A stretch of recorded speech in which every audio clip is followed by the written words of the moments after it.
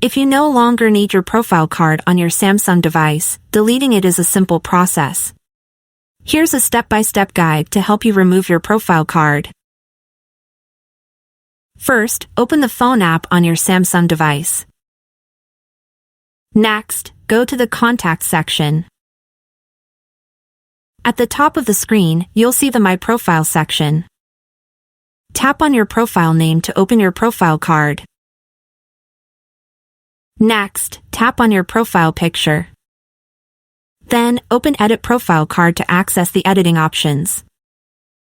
Above your picture, you will see the trash bin icon.